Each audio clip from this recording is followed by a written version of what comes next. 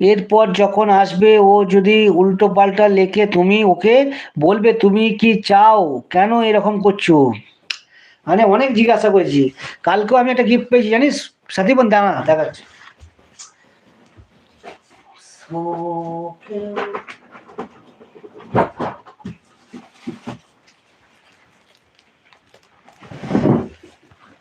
কালকেও আমি একটা গিফট পেয়েছি। একটা এর ভেতরে আছে একটা নন স্টিকের কড়া আছে, নন স্টিকের হ্যান্ডেল কড়া, আর একটা জলের বোতল আছে এর ভেতরে, আর একটা আছে